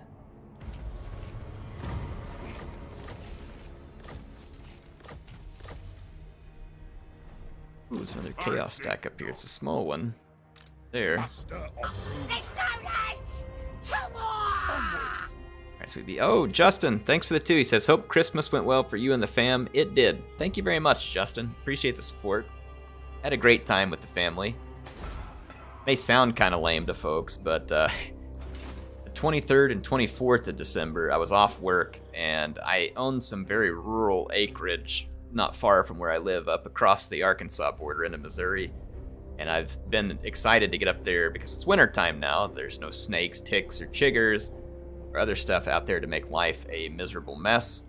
And so I was able to get out there and start clearing some thorns and brambles and brush and just all kinds of mess. And that probably sounds boring to a lot of people, but it was very fun for me. It felt like I work in front of a computer a whole bunch, and I like it. Don't get me wrong, I do. Like, I like working on a computer. I like playing these games. I like streaming, all that kind of stuff. But because I'm inside so much and I do so much of this stuff, it feels so good to get outside and accomplish something outside. And so, like, it felt great. Like, I got out, there's these little trails on my land that I keep open so I can access different parts of it. So I got all of those mowed down. Like there was like 8-foot tall blackberry bush thorns and like huge tall weeds and other stuff. So I got all that mowed down with like this brush mower I have. I have a chainsaw, a whole bunch of trees had fallen, so I had to cut up all the trees that had fallen. Get that wood stacked up. And so just getting a whole bunch of clearing done. I bring Mrs. Air and the boys with me. They have fun, just kind of helping out. And the boys just, you know, take their shovels and dig and have a fun time. Like, you know how boys are when you get them outside. And then at the end, I usually save a little bit of extra time. And because I'm out on the rural acreage where I'm not around anybody, it's a good chance for me to do another one of my favorite pastimes for the outdoors, which is trap shooting. So I bring some skeet and a couple of shotgun shells and shoot some clays for fun at the end. So I had a great time. It was a couple of days of that. It was good for me to get some exercise and get outside. And the weather was incredible. We had like, I think it was like 65 degrees Fahrenheit one day when I went out, and then it was like 72 degrees Fahrenheit on Christmas Eve. So it was probably one of the most beautiful Christmas times I can remember in terms of like really nice weather. And Christmas is kind of either way here. It can be really cold and messy. I've seen a few white Christmases where it was snowy and cold, and then I've had some that were just kind of in between, like in the 40s or 50s. And then occasionally you get really lucky and have a really beautiful one like we did this year. It's like sunny and warm, like it felt great. Greetings, honorable ally. Blackberries, he says, oh, you got a lot of work ahead of you. That's right, Alpha Bull. Yeah, I've been told they're gonna grow back. He says you'll have to burn the shoots or hit them with some pesticide. Yeah, the pesticide's probably a good idea. Makes me wonder that if I go out in the wintertime right now when the other weeds are dead, if I hit the blackberry bushes with pesticide, will it affect them, or are they kind of just dormant right now and it won't do anything? And what about the average outdoors, not the great outdoors? That's right. Can't forget the average outdoors. Yeah, the blackberry stuff, like probably, I have 40 acres out there, and like the northernmost part of it, there's like probably 5 acres where it is just, it is so thick with that blackberry crap. It is a mess.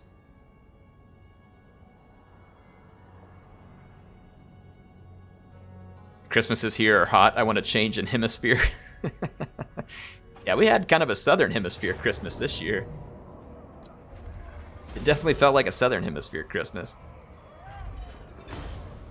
Justin says I'm from Tampa, so it's none here.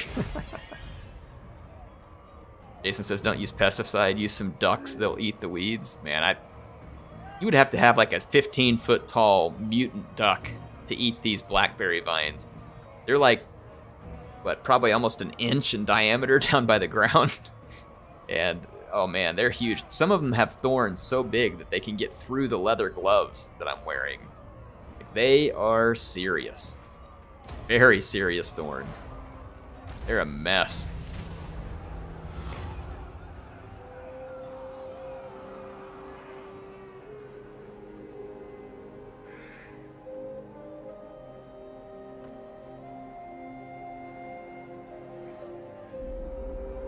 Football says, I remember your old streams from Attila. That was a while back. Yeah, it was a long time. It was. Hope you enjoyed it. I got an episode out today. I hope you enjoyed it. Mutant blackberry thorns. Yeah, they're big. They are big.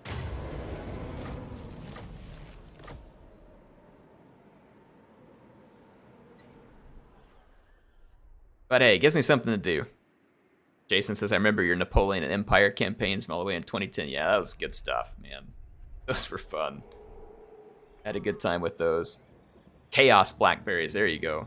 No, Elaine, I'm not playing with SFO, but I'm using Snek's Dawi Thunder mod, which adds some extra gunpowder units for the Dawi, and it's a lot of fun.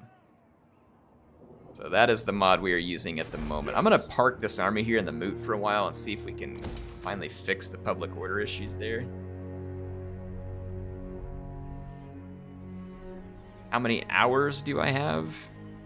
I'm only going to be able to stream for another 15 minutes. I usually stream for 2 hours whenever I do it on Tuesday and Thursday nights, respectively, my time. Usually 2 hours. Daniel says, didn't you used to run a mod that put a melee hero in every settlement garrison? I don't remember.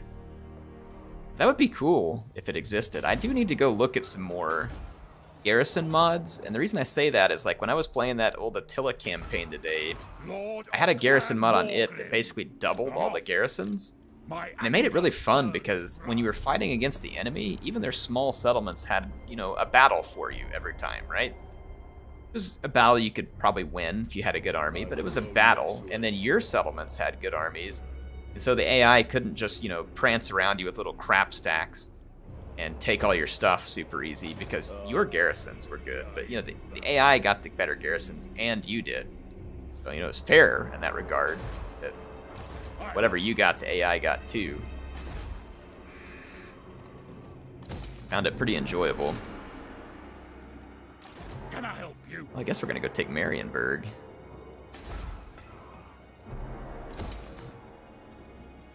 Hit Weissman too. Armed and ready, iron-willed. Now, All right, let's see here. I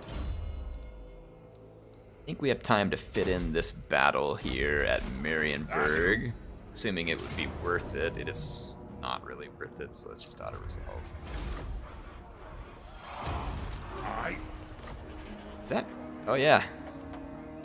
Comes Lewin here with his peasant archer spam. He lost his castle. A lord without his castle. vengeful rune lord. Let's actually put defenses in, and then we'll change that over to growth. All right, so we'll take over some of this stuff from the Druki. Basically boot them out. We don't need them here in the old world. Oh my gosh, I thought I had gotten rid of the vampires, and look at this. Here they are, Black Pit and Dieterschaffen. I thought we were rid of the vampire count. Well, I knew that we weren't completely rid of them because I think they had confederated with... Well, no, they haven't confederated with Kimmler. But somehow they ended up at Helmgard as well. Oh, they took the fort at Axebite Pass there. Okay, yeah. Took the fort. It's possible they confederated with Musion. I don't know. What do you want? I don't know for sure. Let's see, let's finish up Relentless because this character had been getting slowed down by the armor they were wearing, and so that'll get them most of their speed back. Meet me. Brombrindle, I'm here. keep moving north. On my way. Time for a reckoning. Like it's doing well. I'm gonna leave this one army down here in the Badlands just to kind of ward off any potential... Oh, look at this. Those are probably where the Skaven's coming from. For the wisdom of Valea. Summon me if you... Let's go over there and get them.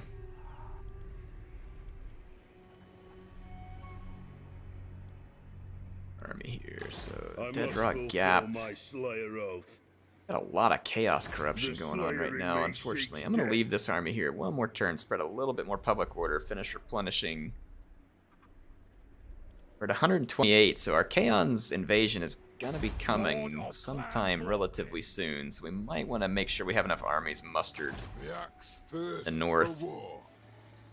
Make sure they're equipped the way that we want. Okay, end this turn. Justin says, I've been so bored on Warhammer 2 lately. I have like 3,500 hours, and the only fun faction to me is High Elves. Yeah, Warhammer 3 is going to add a lot of much-needed value, I think, for folks like you and I who have thousands of hours in this game. So it'll be much needed. For a lot of players, they may never make it that far in, so they may be able to continue playing the game for longer without getting too burned out on it. They just made a stinking Skaven plague. Yeah, they did. It's annoying. It's probably going to spread to that other one, too. Tevosinol says, glad to see some more Dawi Thunder. Thanks for the stream. Well, thank you. Thanks for being here tonight. Thank you to everybody. Plus, the ogre puns are going to be legendary. Yes, they will, Sam. I think people are probably going to really be big on ogres. Didn't actually mean that as a pun, but then I realized it when I said it. So yeah, they're I think they're going to be a pretty popular faction, just for all of the memery. Destruction and death precede your armies. Yeah, shut it.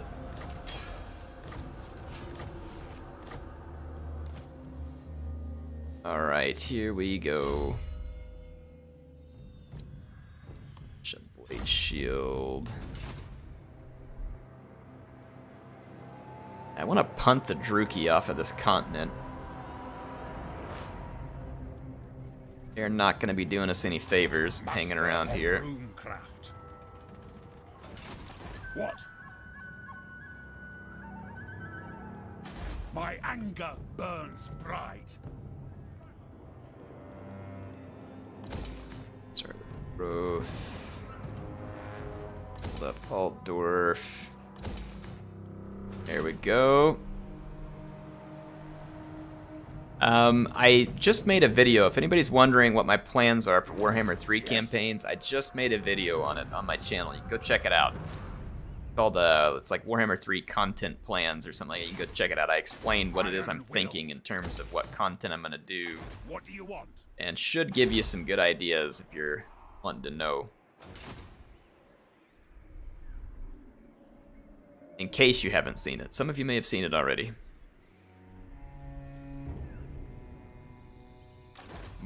Oh, they're gonna beat me to the Skaven. I want that.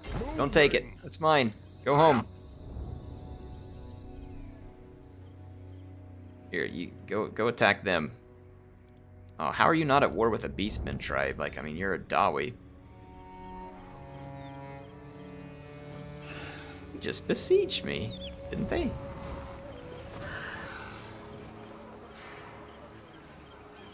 Quit it. I get it. Get off my screen.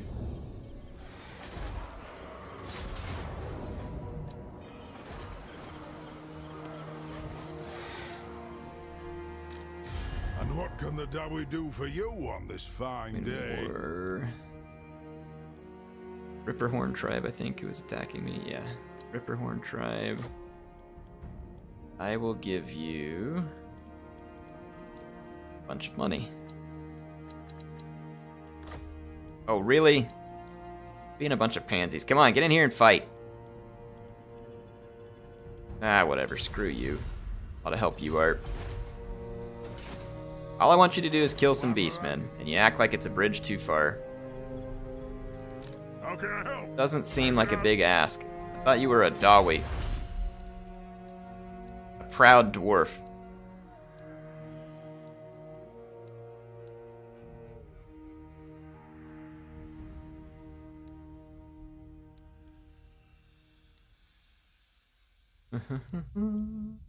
Untainted would be good.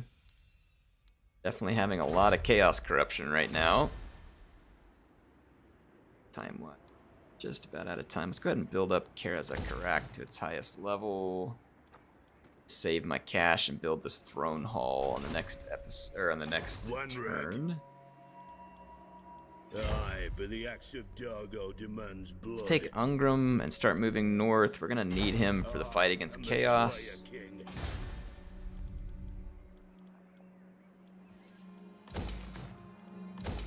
Build up defenses where we can, build up growth in some of these areas.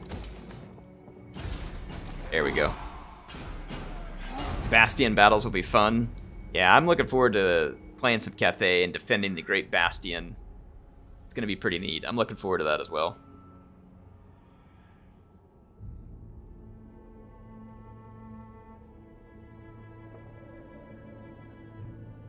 If Warhammer 2 is on sale for $20, Dr. Arctic, I think it's a good price for the game right now.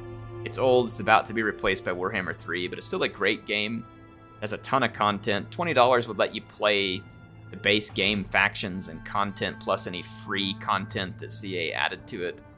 And it's probably a pretty fair price, I think, for this game. Considering what content you would get for $20, I think it's a good price. I think paying $60 right now for this game, like if it weren't on sale, would be too much.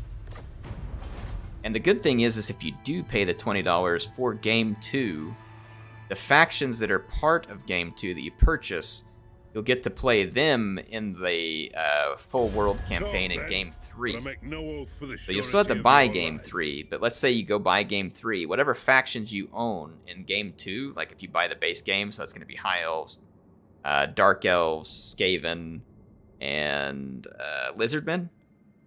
All of those factions will be available to you to play in Game 3's version of the Mortal Empires campaign. I don't know if that's what they're calling it or what, but so yeah, it wouldn't be money wasted. You get to play the game, and then that content would be available to you should you ever go purchase Game 3. So I think it's worth it for that price, and especially considering you get to go use it Game 3.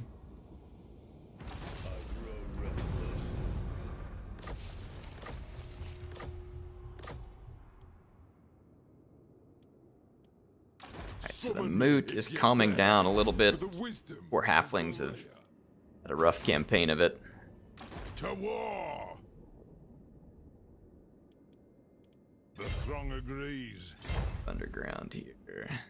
Forwards. Alright, I am gonna have to sign off. I'm pretty much out of time, and this is a pretty good save point because we're at the beginning of a turn. So let's save the game here. Thank you, everybody, for joining. It was an awesome stream. I had a great time chatting with you all tonight. Lots of fun conversations. Lots of awesome people here. Thanks to those who supported with the super chats and just all of you who supported by being here, talking with me, having a good time. Definitely appreciate you. I will be back streaming on Thursday. Check out roughly this same time, about 8:15, 8:30 to 10:15, 10:30 U.S. Central Time. So come back and join me on Thursday if you can. HeirofCarthage signing out for now.